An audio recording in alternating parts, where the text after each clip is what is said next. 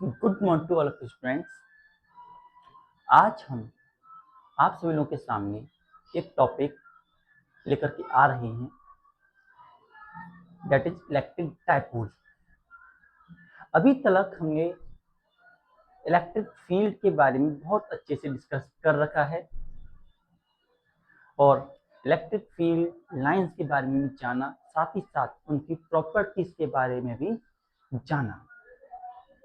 आज हम जानेंगे इलेक्ट्रिक डाइपोल के द्वारा कैसे फील्ड बनाया जाता है और साथ ही साथ इलेक्ट्रिक डाइपोल मोमेंट क्या होता है।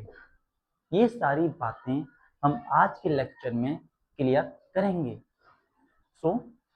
जिस तरीके से आप हमारी प्रीवियस वीडियोस देखते आ रहे हैं उसी तरीके से इसको भी सपोर्ट दें और आगे हम इसी तरीके से आपके लिए वीडियोस लाते रहेंगे जो कि आपके लिए अच्छे रहेंगे और हम भी चेंज होंगे। हम भी कोशिश कर रहे हैं कि हमारे चैनल पर अच्छे से अच्छी वीडियो आ सके और आपके लिए हम जितना बेटर हो सकता है अभी हम उससे ज़्यादा ही आपको प्रोवाइड कराएं।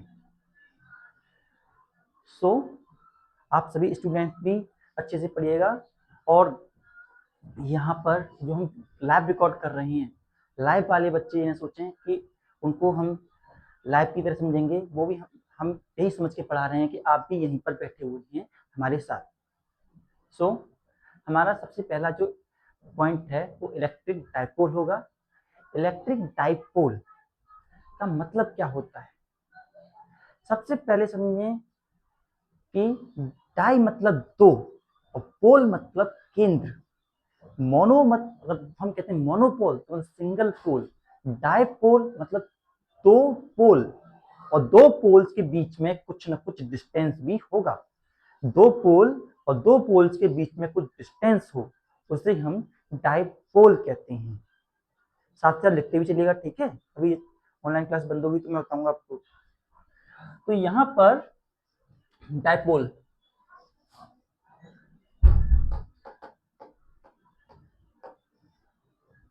या इलेक्ट्रिक डाइपोल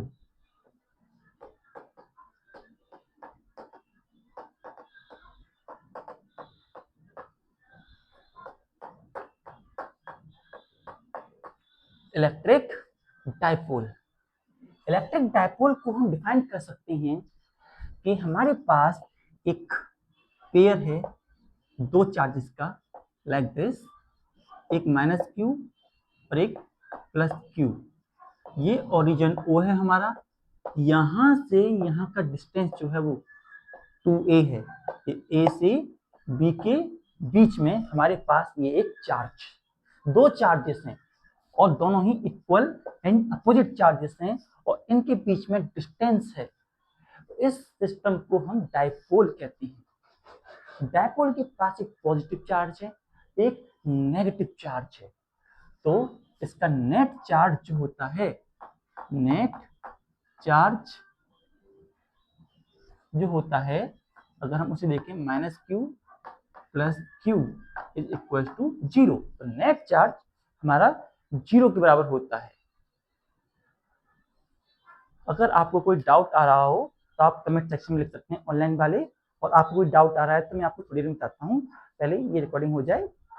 हाँ, तो देखिए यहाँ पर pair of equal opposite charge और इन दोनों के बीच में कुछ न कुछ डिस्टेंस होता है। नेक्स्ट हमारे पास होता है electric dipole moment. Electric dipole moment जो होता है वो हम डिनोट करते हैं लेटर P से। P और ये जो होता है बराबर होता है कि distance in between two charge और किसी एक चार्ज के मल्टीप्लाई कर दिया जाए 2a। Distance in between two charge और एनी वन चार्ज हम ले लें तो हमारे पास इलेक्ट्रिक डाइपोल मोमेंट बनता है।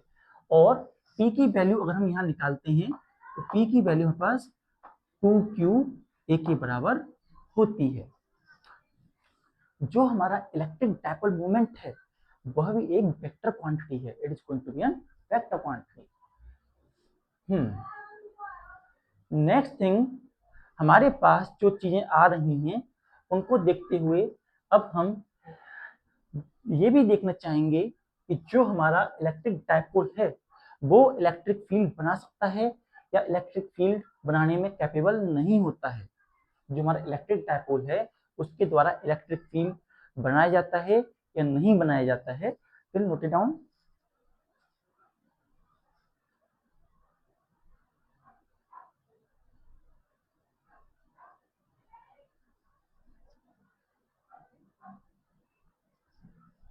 तो देखिए हम देख पा रहे हैं कि जो डायपोल है उस एक के पास पॉजिटिव है एक के पास नेगेटिव है, तो नेट चार्ज दोनों ही जीरो कर रही हैं।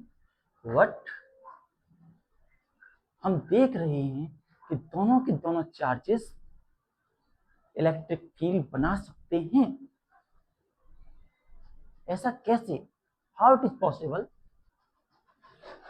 तो सिंपल, अगर हम गौर से इसको देखें, डायपोल को अगर गौर से हम यहाँ देखें तो हमें ये पता चलता है कि यहाँ पर जो ये ये डायपोल जो है यहाँ पर ये दोनों एक पॉइंट पे नहीं है, इन दोनों के बीच में थोड़ा सा डिस्टेंस है।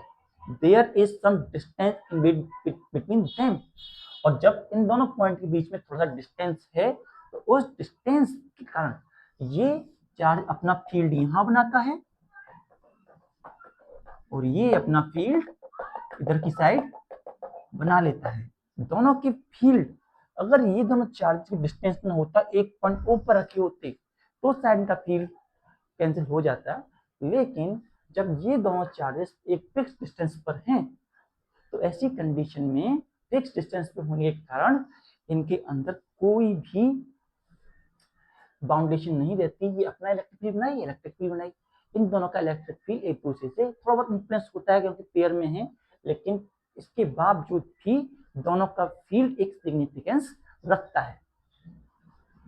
तो हम इलेक्ट्रिक डायपोल को अलग अलग पॉइंट पे देखेंगे।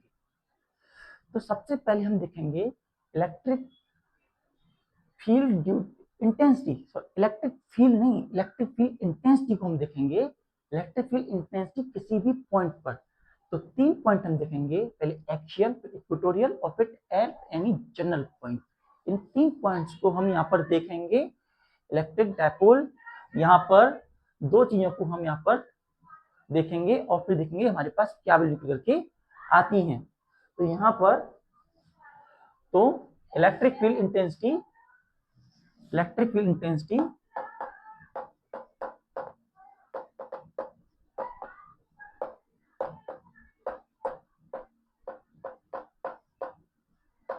at axial point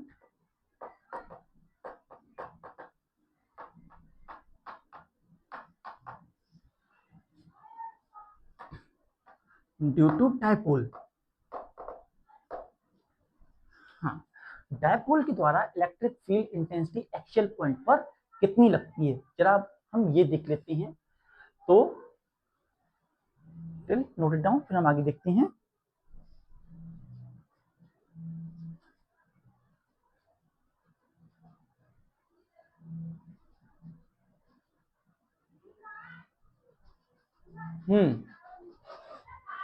तो हमारे पास यहाँ पर जो पॉइंट है, ये जो हमारे पास ये 2 पॉइंट हैं, यहाँ से एक पॉइंट, 2 पॉइंट हमारे पास, हम इसे यहाँ से ओरिजिन में मानते हैं और यहाँ से लेते हुए कहीं हमारे पास पॉइंट है और प्लस 1 कूलम ऑफ चार्ज हमारे पास इस पॉइंट पी पर रखा है।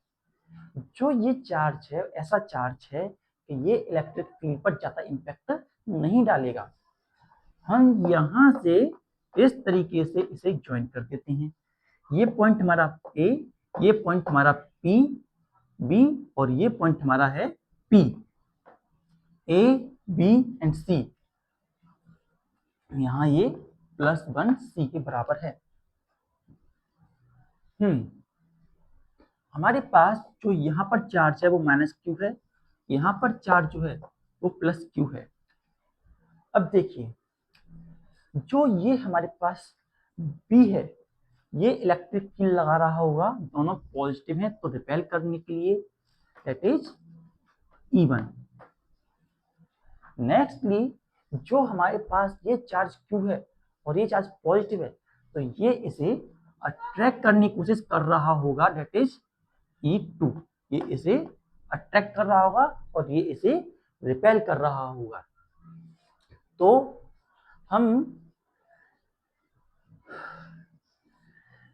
यहां तक करने के बाद में अब हम आगे देखेंगे, इस पॉइंट को हम को थोड़ा हाईलाइट करके लिखेंगे, और +1 कूलम चार्ज के बराबर हमारे पास ये चार्ज यहाँ पर है। यहाँ का डिस्टेंस हमारे पास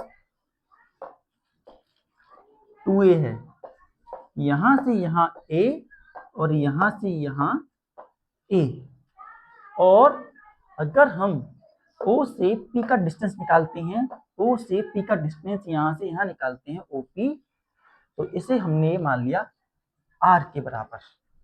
OP की वैल्यू हमने R के बराबर मान ली है।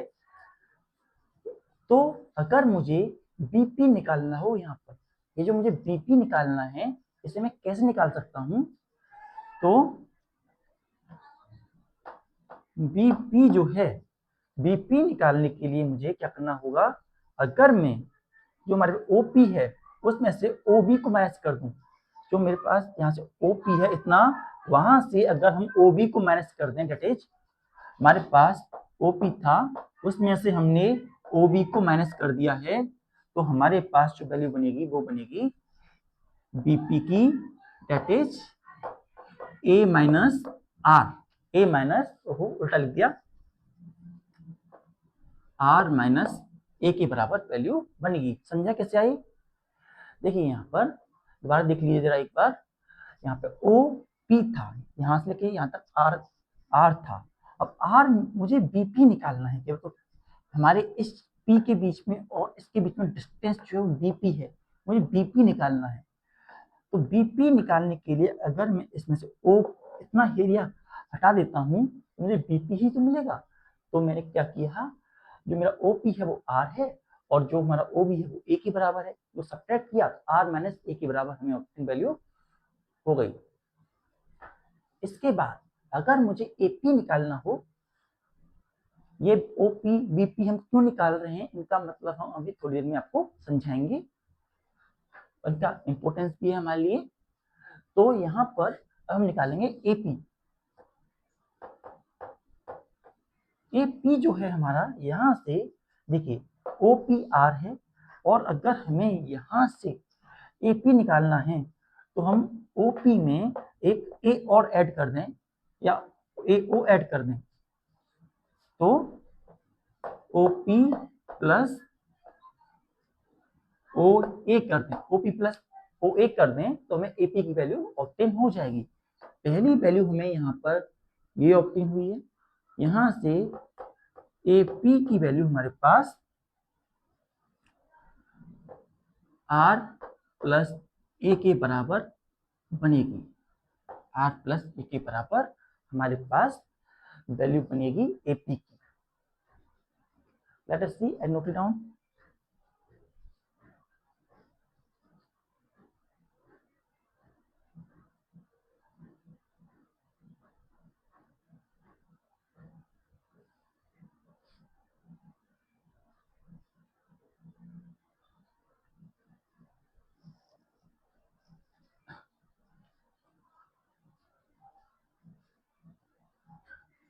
तो अब हम देखेंगे कि इलेक्ट्रिक फील्ड जो चार्ज B है उसके द्वारा लगाया जा रहा है पॉइंट P पर, तो वो कितना है। तो electric field at point P due to charge plus Q charge है, वो B पॉइंट पे कितना इलेक्ट्रिक फील्ड लगा रहा है, हम जरा उसे देखेंगे। Electric field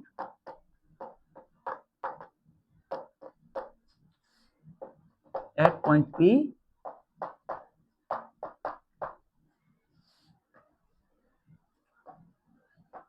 due to charge plus Q। जो प्लस क्यू चार्ज है उसके द्वारा कितना इलेक्ट्रिक फील्ड लगाया जा रहा है उसे हम जरा देख लेते हैं यहाँ पर। तो यहाँ पर हमारे पास E1 इलेक्ट्रिक फील्ड है और ये हमारे पास, हम फिर मैग्नीट्यूड वाइज देखेंगे इसे, 1/4 पाई एप्सिलॉन क्यू, एंड यहां से डिस्टेंस क्या है, बीपी का होल स्क्वायर। तो डिस्टेंस हमारे पास यहाँ आ रहा है बीपी का होल स्क्वायर आ रहा है और बीपी की वैल्यू हमारे पास r-a के बराबर है। तो E1 हमारे पास हो जाता है 1/4 पाई एप्सिलॉन क्यू r-a का होल स्क्वायर। ये हमारे पास E1 की वैल्यू निकल के आती है।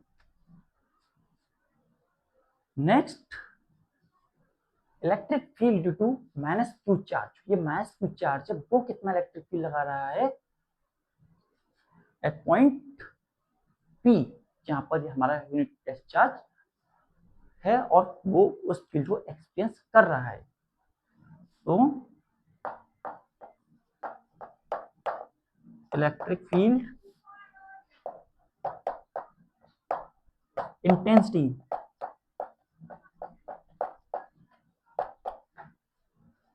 Eight point P due to charge minus Q. तो माइनस क्यू चार्ज हमारा, उसके द्वारा कितना फील्ड लगाया जा रहा है इस पॉइंट पर, जरा अब हम इसे देखेंगे। तो ये हमारा होता है E2, ये बराबर है 1/4 pi epsilon charge minus Q और यहाँ AP का होल स्क्वायर, इसके बराबर वैल्यू मिलती है। AP की वैल्यू हमारे पास r-a का होल स्क्वायर है, इसके बराबर है। AP की वैल्यू हम r+a पुट कर देंगे, तो हमारे पास E2 equals to 1/4 pi epsilon minus Q and r+a का होल स्क्वायर।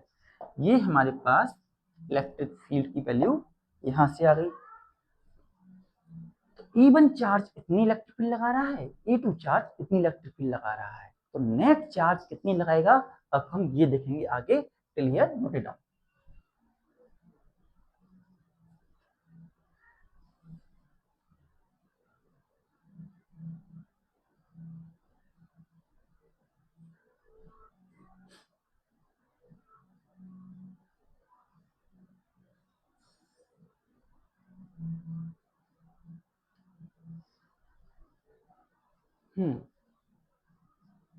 तो नेट इलेक्ट्रिक फील्ड दोनों के से लग रहा है E1 प्लस E2। तो ये हम दोनों को ऐड कर देंगे या दोनों को लेंगे, क्या वैल्यू बनती है जरा हम देखते हैं। तो नेट ई की वैल्यू हमारे पास बनेगी, पहला इतना लगा रहा है, दूसरा इतना लगा है, दोनों को हम रख देते हैं 1/4 pi epsilon Q R square और plus 1/4 pi epsilon minus Q, okay, में r-a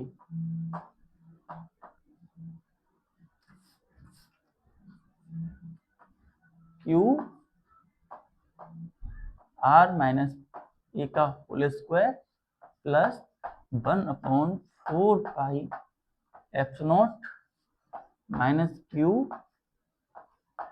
r+a का होल स्क्वायर।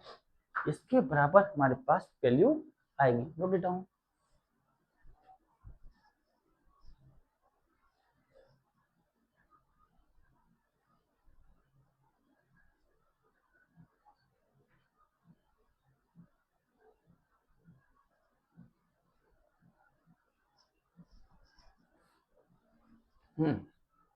अब हम केवल उसे ई लिखेंगे,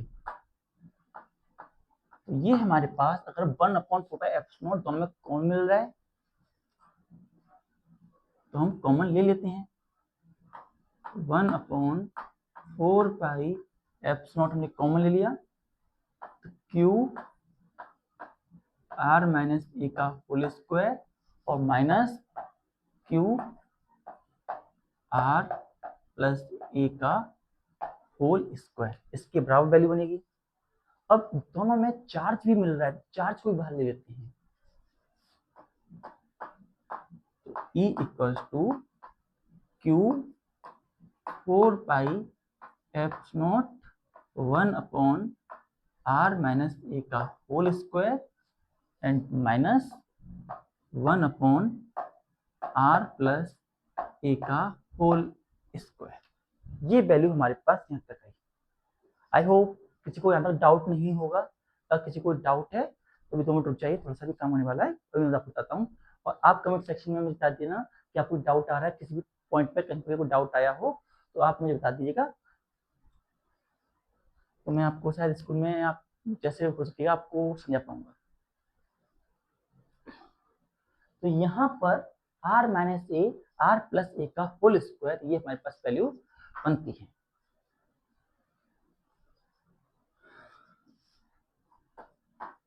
तो e की वैल्यू हमारे पास क्या बन गई, क्यू 4πε0 ब्रैकेट में r प्लस ए का whole square minus r minus A का होल स्क्वायर और नीचे r माइनस ए का होल स्क्वायर r प्लस ए का होल स्क्वायर, ये वैल्यू हमारे पास बनी। देखिए नोट डाउन।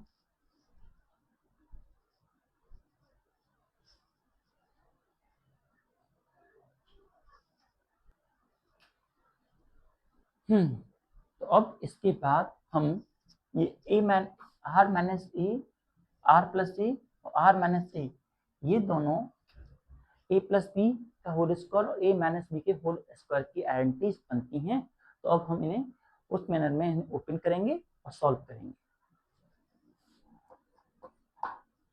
तो हम थोड़ा सा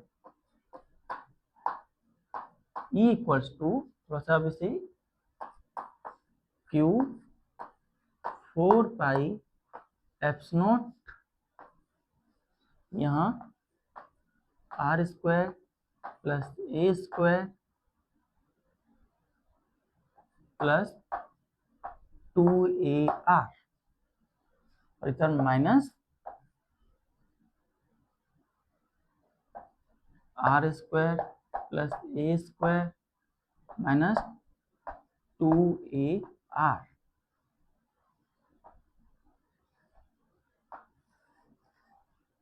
और यहाँ अगर हम बात करें तो R minus A R plus ए का होल स्क्वायर अगर हम रखना चाहें ऐसे, तो अगर हम ए की बारे में लिखते हैं तो हम ये कह सकते हैं ये A plus B A minus B anti बन रही है, तो आर स्क्वायर माइनस का ए स्क्वायर का whole square R square minus A square का होल स्क्वायर हमारे पास ये एंटी यहाँ पर बनती है। अब हम यहाँ पर आर स्क्वायर से आर स्क्वायर को माइनस कर देंगे, ये हमारा कट गया, ए स्क्वायर से ए स्क्वायर को हटा देंगे, तो अब हमारे पास क्या बचा यहाँ पर, E equals to Q 4πε0 2AR और माइनस माइनस प्लस हो गया 2AR और नीचे हमारे पास रहा आर स्क्वायर माइनस का ए स्क्वायर का होल स्क्वायर और दोनों को ऐड करके हमने लिख दिया, तो E equals to Q 4πε0 4AR R square minus A square का होल स्क्वायर, ये वैल्यू में मिलती है। Note it down.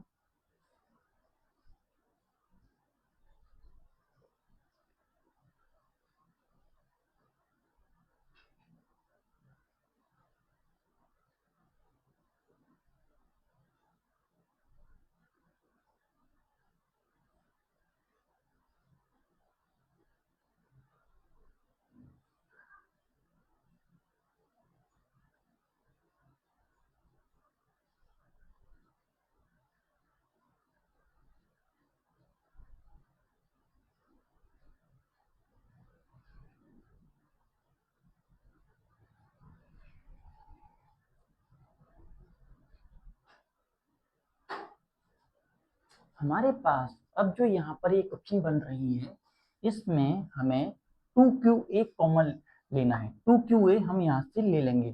तो हमारे पास जैसे जानते हैं 2QA P के बराबर है, तो देखते हैं कैसे।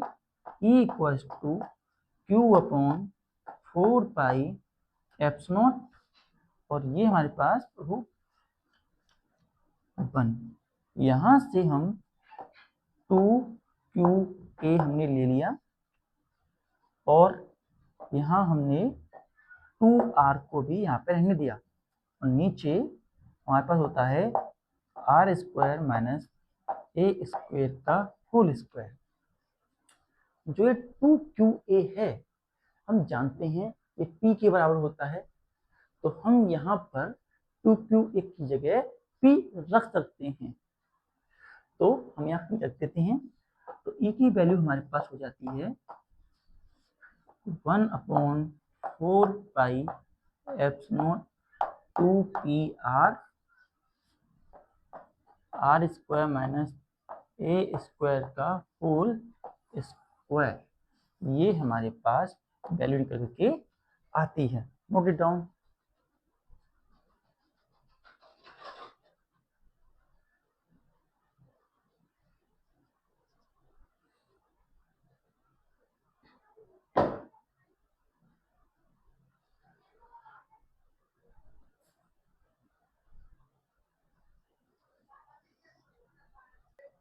अब यहाँ पे आ जाइए, हमारे पास जो ये वैल्यू बनी, इसमें हम ये हमारे पास एक जनरल फॉर्म है एक्सियल पॉइंट की। लेकिन क्या हो कि जो हमारा डिस्टेंस है, जो हमारा डिस्टेंस है वो बहुत ज्यादा हो जाए, आर जो है बहुत ज्यादा हो जाए एज कंपेयर टू ए। जो ये ए है उसकी कंपेरिजन जो हमारा आर था बहुत ज्यादा हो जाए, तो ऐसे कंडीशन में हम ए को नेग्लेक्ट कर देंगे।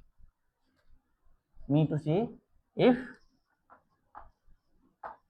Are is much greater than A के कंपेरिजन में आर बहुत बड़ा है, देन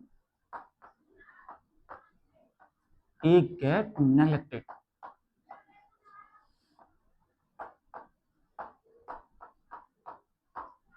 ए को नेग्लेक्ट करने के बाद में हमारे पास जो वैल्यू बनेगी यहाँ पर, वो क्या बनेगी?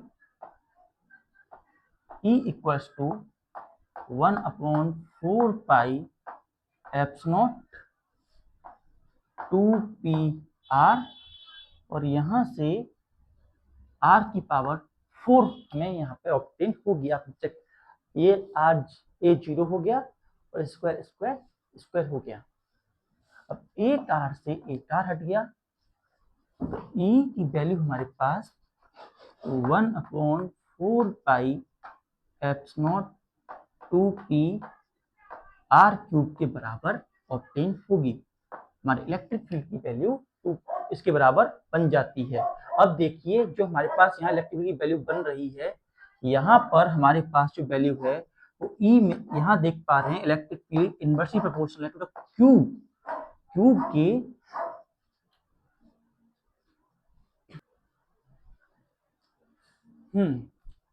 इन केस ऑफ डाइपोल जो हमारा इलेक्ट्रिक फील्ड है क्यूब वाइज डिक्रीज करता है, और वहीं जो हमारा electric field general electric field होता है वो स्क्वायर वाइज फॉल डाउन करता है। तो हम यहाँ देख पा रहे हैं जो इलेक्ट्रिक फील्ड है वो डाइपोल के अंदर ज्यादा जल्दी कम होगा। अगर डिस्टेंस बढ़ेगा तो क्यूब टाइम 2 टाइम डिस्टेंस बढ़ा तो यहाँ 4 टाइम कम आएगा, लेकिन यहाँ पर 8 टाइम कम हो जाएगा। तो इस तरीके से जो इलेक्ट्रिक फील्ड होता है एक्सियल पॉइंट पर वो इम्पैक्ट करता है। साथ ही साथ अगर आपको नहीं समझ में आया हो तो आप मुझे कमेंट सेक्शन बता सकते हैं, और अभी मैं थोड़ी मैं आपको दोबारा समझाने वाला हूँ इसको। यहाँ पे जो आपने यहाँ पे देखा ये, तो यहाँ पर ये पॉइंट हमारे लिए इम्पोर्टेंट रहता है। Dipole single electric inverse square को फॉलो करता है, लेकिन यहाँ पर डायपोल में उसकी वैल्यू ज्यादा जल्दी चेंज होगी as compare to normal point charge के द्वारा जो इलेक्ट्रिक फील्ड लगाया जाता है। ये थी हमारी एक्चुअल की बात। Note it down. हाँ अब बताओ क्या बात, तुम रुक जाओ, नोट कर लिया।